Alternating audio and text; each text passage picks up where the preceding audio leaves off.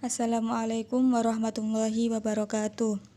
Nama saya Nasihatus Sofa, NIM 53020190050, kelas IATA, mata kuliah Filsafat Ilmu. Video ini dibuat guna memenuhi tugas UAS mata kuliah Filsafat Ilmu. Di sini saya akan membahas tentang pengertian dan ruang lingkup filsafat Islam, tokoh-tokoh filsafat Islam, peran filsafat Islam, dan karakteristik filsafat Islam. Pembahasan yang pertama yaitu pengertian dan ruang lingkup filsafat Islam. Filsafat berasal dari bahasa Yunani philosophia. Philo artinya cinta dalam arti yang luas, yaitu ingin, dan karena itu berusaha mencapai yang diinginkan. Sophia artinya kebijakan dalam arti pandai, pengertian yang mendalam, cinta pada kebijakan. Jadi, filsafat itu merupakan hasil pemikiran dan perenungan secara mendalam tentang segala sesuatu sampai ke akar-akarnya, yang sistematis dan berlaku kebenarannya secara universal. Dalam arti bahwa tidak ada lagi yang tersisa untuk dipikirkan dan direnungkan, sehingga kesimpulan yang dihasilkan oleh pemikiran tersebut benar-benar dimengerti. Pengertian filsafat Islam adalah filsafat yang dikembangkan dalam dunia Islam. Filsafat yang dikembangkan oleh filosof Muslim adalah filsafat Yunani, bukan filsafat Islam. Ada lagi yang mengatakan nama yang tepat untuk itu adalah filsafat Muslim, dikarenakan filsafat Yunani yang dipelajari dan dikembangkan oleh para filosof Muslim. Menurut Profesor Dr. Mulyadi Kartanegara, sebutan filsafat Islam setidaknya memiliki 3 alasan. Yang pertama, ketika filsafat Yunani diperkenalkan ke dunia Islam.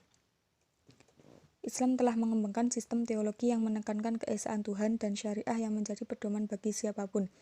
Begitu dominannya pandangan tauhid dan syariah ini, sehingga tidak ada sesuatu sistem apapun masuk dalam filsafat. Tidak dapat diterima kecuali sesuai dengan ajaran pokok Islam tersebut atau tauhid, dan pandangan syariah yang berdasar pada ajaran tauhid. Oleh karena itu, ketika memperkenalkan filsafat Yunani ke dunia Islam, para filosof Muslim selalu memperhatikan kecocokan dengan pandangan fundamental Islam tersebut. Didasari atau tidak, telah terjadi pengislaman filsafat oleh filosof Muslim. Yang kedua, sebagai pemikir Islam, para filosof Muslim adalah pemerhati filsafat asli yang sedang kritis. Ketika dirasa ada kekurangan yang diderita oleh filsafat Yunani, maka tanpa ragu-ragu mereka akan mengkritiknya secara mendasar. Yang ketiga, adanya perkembangan yang unik dari filsafat Islam dan filsafat Yunani. Para filosof Muslim telah mengembangkan beberapa isu filsafat yang pernah dikembangkan oleh filosof Yunani, seperti filsafat kenabian, Mi'raj, dan lain-lain. Filsafat Islam dikembangkan oleh para filosof pada bidang-bidang yang sangat luas, seperti logika, fisika, matematika, metafisika, yang berada di puncaknya. Seorang filosof tidak akan dikatakan filosof jika tidak menguasai bidang-bidang secara luas. Dan filsafat Islam hampir tidak ada perbedaan yang mencolok dari rumusan yang ada dalam filsafat Yunani, terbukti dalam pembagian filsafat teoritis dan filsafat praktis. Filsafat teoritis atau al-hikmah an-nadhariyah, yaitu filsafat yang terkait dalam ilmu-ilmu yang berbau fisika dan psikologis. Sedangkan filsafat praktis atau al-hikmah al-amaliyah, yaitu filsafat yang terkait dalam ilmu-ilmu ekonomi dan politik. Pembahasan yang kedua yaitu tokoh-tokoh filsafat Islam. Yang pertama, Al-Kindi. Nama lengkap Al-Kindi adalah Abu Yusuf Ya'qub bin Ishaq ibnu Sabah ibnu Imran ibnu Ismail bin Muhammad bin Al-As'ad bin Ais Al-Kindi. Al-Kindi adalah filosof yang pertama kali muncul di dunia Islam.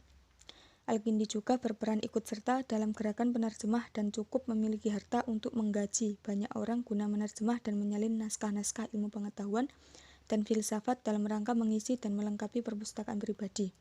Karya-karya Al-Kindi diantaranya Kitab fi Istiqmal Al-Adad Al-Hindi, Kitab Risalah fi Illa Al-Failali Imad wa Ifaz, Kitab As-Su'aat. Yang kedua, Ar-Razi. Nama lengkap Ar-Razi adalah Abu Bakar Muhammad ibnu Zakaria ibnu Yahya Ar-Razi. Ia adalah seorang dokter terbesar sepanjang abad pertengahan.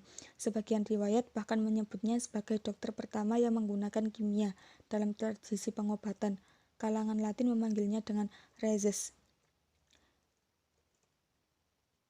Ar-Razi merupakan dokter besar yang mempunyai pemikiran orisinil dibandingkan semua dokter muslim lain. Kalangan cendekiawan barat terkadang juga menjuluki Ar-Razi dengan The Arabic Challenge.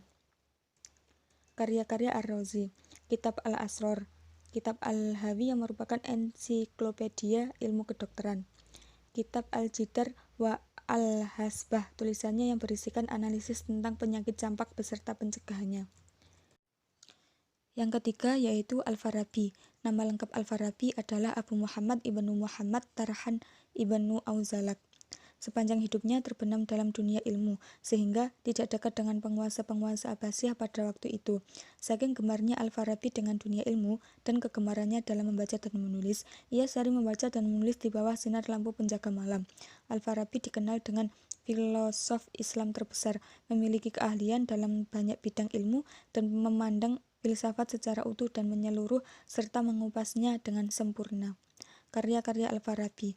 Al-Farabi yang dikenal sebagai filosof Islam terbesar memiliki keahlian dalam banyak bidang keilmuan seperti ilmu bahasa, matematika, kimia, astronomi, kemiliteran, musik, ilmu alam, ketuhanan, fikih, dan mantik.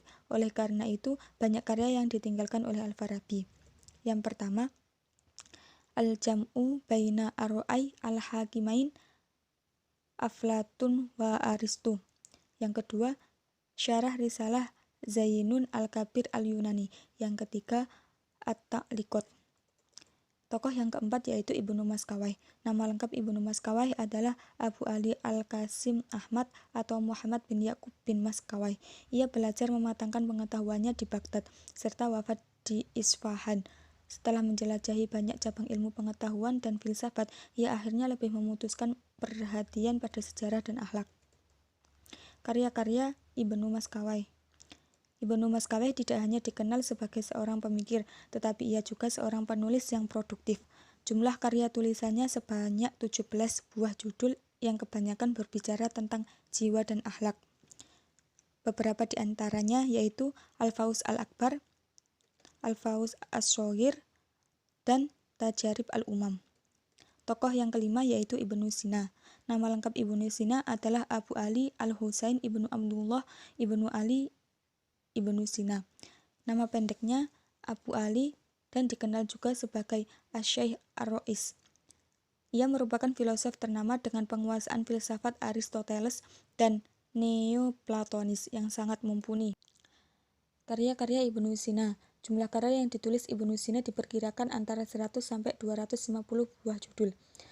Kualitas karya dan keterlibatannya dalam praktik kedokteran, mengajar, dan politik semuanya menunjukkan tingkat kemampuan yang luar biasa.